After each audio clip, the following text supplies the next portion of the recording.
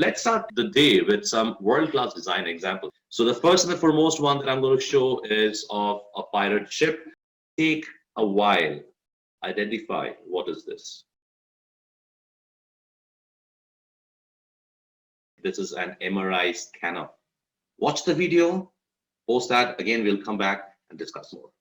I was very proud of kind of the newer design that was just out, the new MR scanner that I've been working on forever.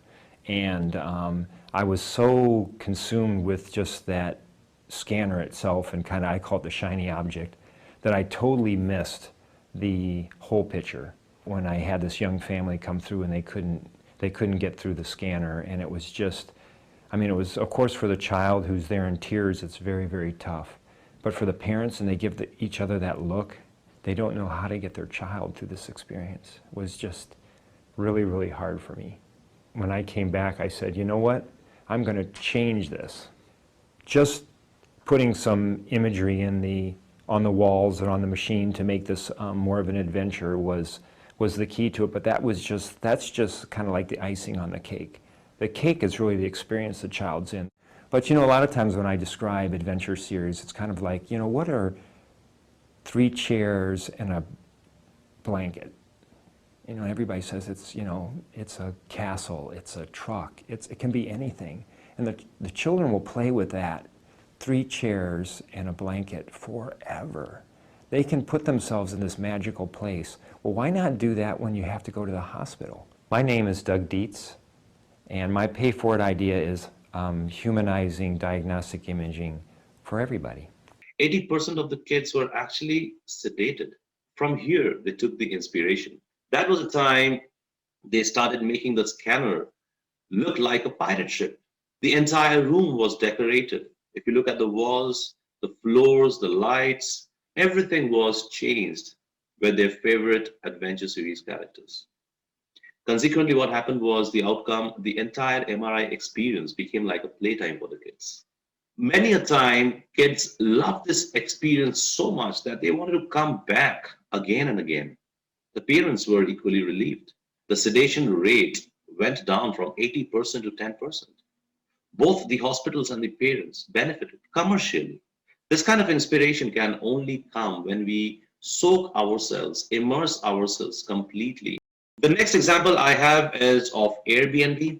Let's see how AirBnB started monetizing one of the most expensive thing in this world, which is called as trust, using design thinking. No one in their right minds would invest in a service that allows strangers to sleep in people's homes. Why? Because we've all been taught as kids, strangers equal danger. Now, when you're faced with a problem, you fall back on what you know, and all we really knew was design. Is it possible to design for trust? I've got a 30-second experiment that will push you past your comfort zone. If you're up for it, give me a thumbs up. Okay, I need you to take out your phones.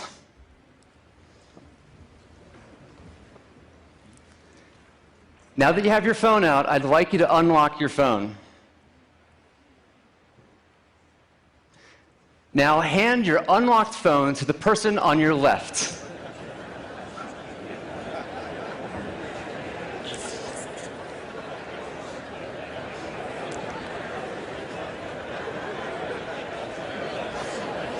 That tiny sense of panic you're feeling right now is exactly how hosts feel the first time they open their home.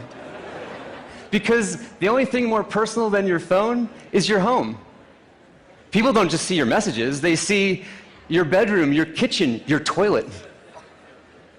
Now, how does it feel holding someone's unlocked phone? Most of us feel really responsible. That's how most guests feel when they stay in a home, and it's because of this that our company can even exist. It turns out a well-designed reputation system is key for building trust. And we didn't actually get it right the first time. It's hard for people to leave bad reviews. Eventually, we learned to wait until both guest and host left the review before we reveal them. Now, here's a discovery we made just last week. We did a joint study with Stanford where we looked at people's willingness to trust someone based on how similar they are in age, location, and geography. The research showed, not surprisingly, we prefer people who are like us. Now, if you've got less than 3 reviews, nothing changes. But if you've got more than 10, everything changes. High reputation beats high similarity. The right design can actually help us overcome one of our most deeply rooted biases. We bet our whole company on the hope that with the right design, people would be willing to overcome the stranger danger bias. Joe Gebbia, at one point of time, he bet his whole company on the belief that if they could get enough reviews on strangers from another set of strangers, they will be able to overcome the stranger danger bias. Airbnb actually became the leader in its category. They own absolutely no property, completely asset light. Let's go on to the next example and let's see how the Embrace Infant Warmer revolutionized the way incubation happened for babies.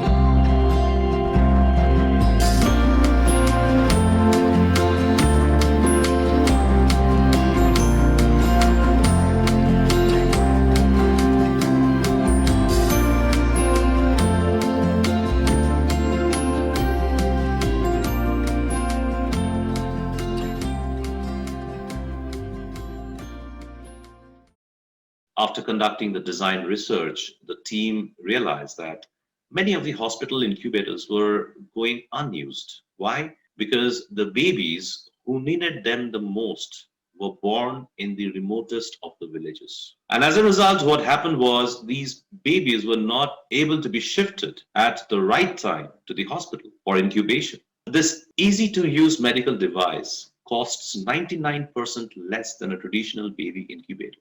Yet another example, Starbucks. Why do we spend there? Is it the coffee that we are buying? The answer is no, we are not buying coffee. What we are buying is an experience. The F&B industry was really struggling with the drop in sales and poor margins. Starbucks interviewed hundreds and hundreds of coffee drinkers, and they were surprised to find out that the overwhelming consensus actually had nothing to do with coffee. So what were people looking at? So they were looking at a place to relax. The round tables were introduced in Starbucks because many coffee drinkers were flying solo. There's a self-esteem which is protected with the round tables because the round tables do not have edges. There are no empty seats. Let's see what Netflix does.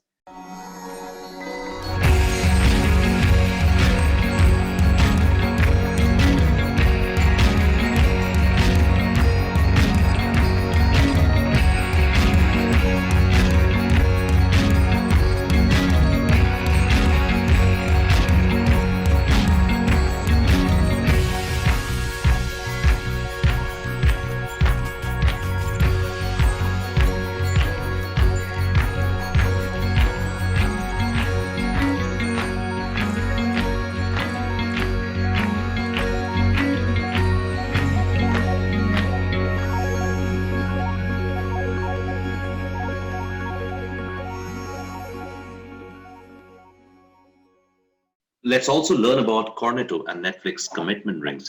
In the age of video on demand, binge watching is something we're all too familiar with. But what happens if you cheat on your significant other and watch an episode when you aren't supposed to? Babe, it's not what you think. It's called binge infidelity, and if it's something you're worried about, this could be your answer.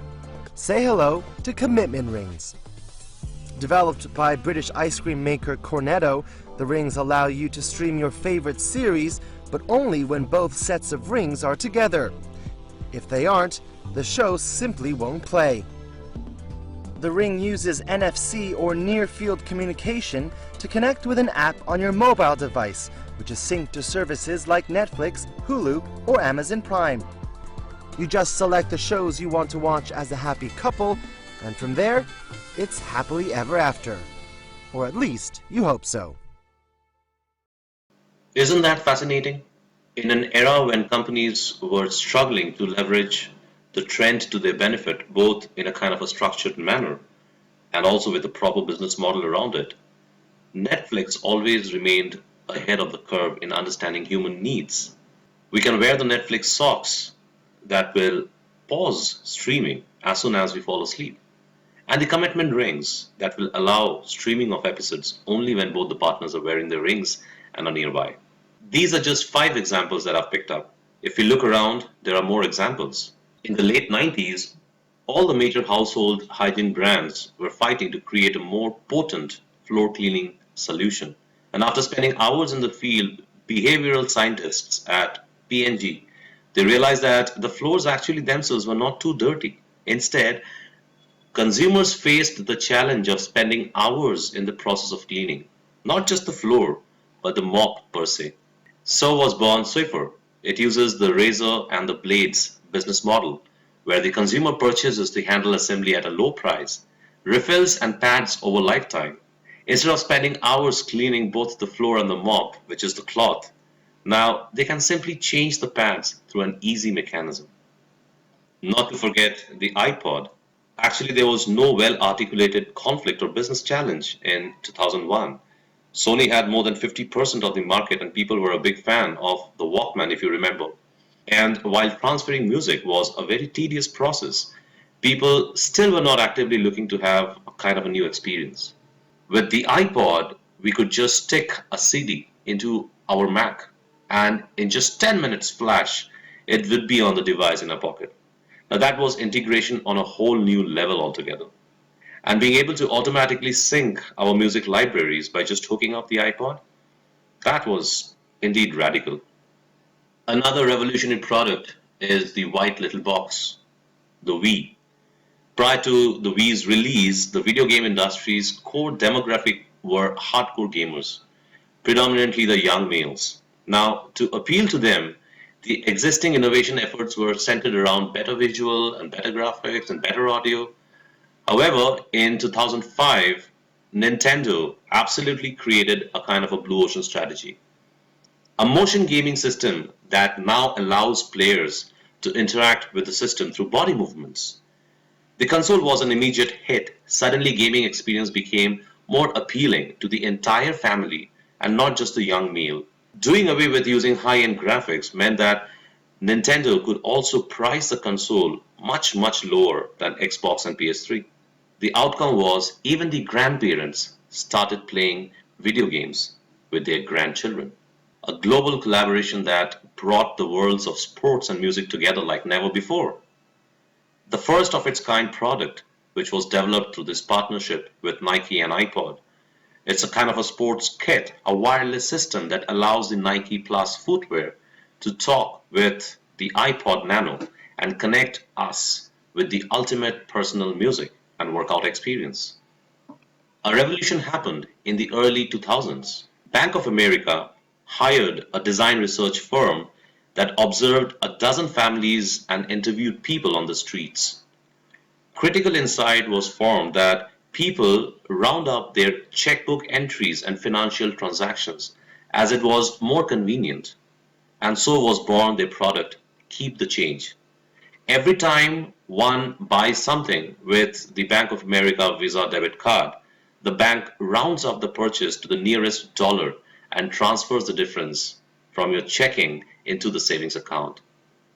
200,000 new customers in just 1 quarter.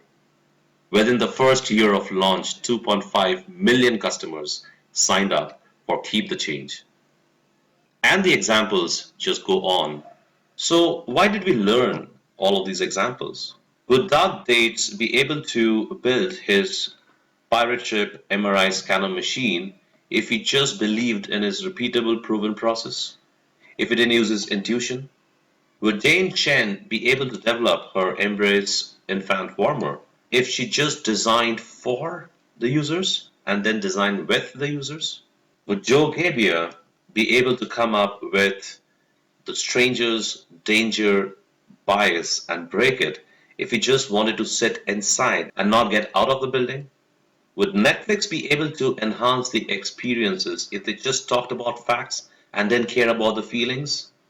Would Starbucks be able to redefine a coffee drinking culture if they just believed in the historic data and ignored the stories?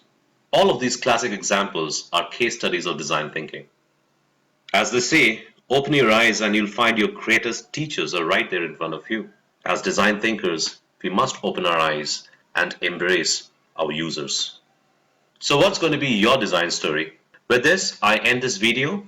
Next, we will install your creative confidence and we'll also speak about the beginner's mindset. Until then, see you again.